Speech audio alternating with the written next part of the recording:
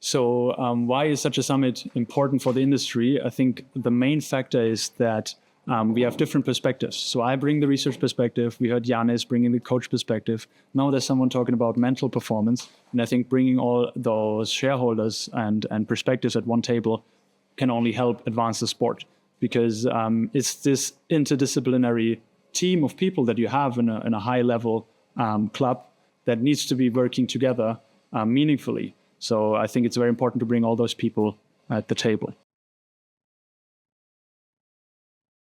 So the main idea of our research, and I really try to be short here, is to connect the load data together with some movement biomechanics to tissue status, especially patellar tendon, the Achilles tendon, and the ATFL, an ankle ligament. So currently in practice, we use a lot of data. We use jumps, we use questionnaires, we use load monitoring, but we do not know what's actually happening inside of the tissue. What happens inside of a patellar tendon if you play 100 matches in a season? So we try to bridge that gap and look at the tissue by using MRI scans and also ultrasound scans regularly throughout the season, and then connect those dots with the load to see how does a certain load affect our tissue.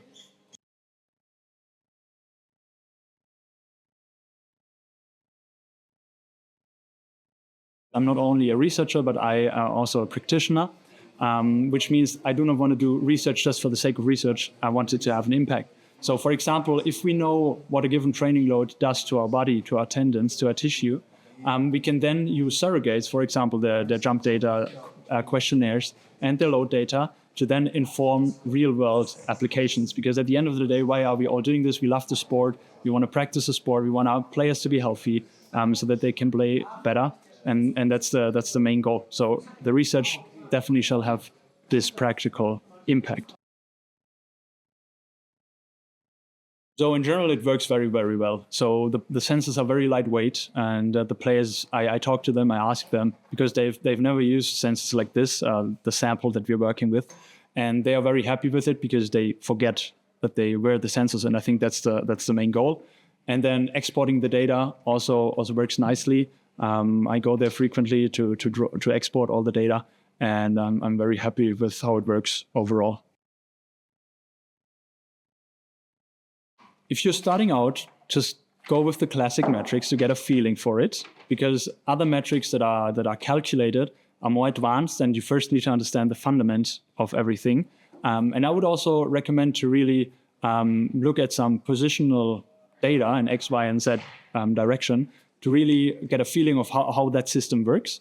And then you can go into more detail and look at jump counts, at cuts and decelerations, accelerations. I think as a strength and conditioning coach, those are very important, the high intensity actions, not only sprints, but cuts, decelerations, and accelerations, because they have a significant impact on your body.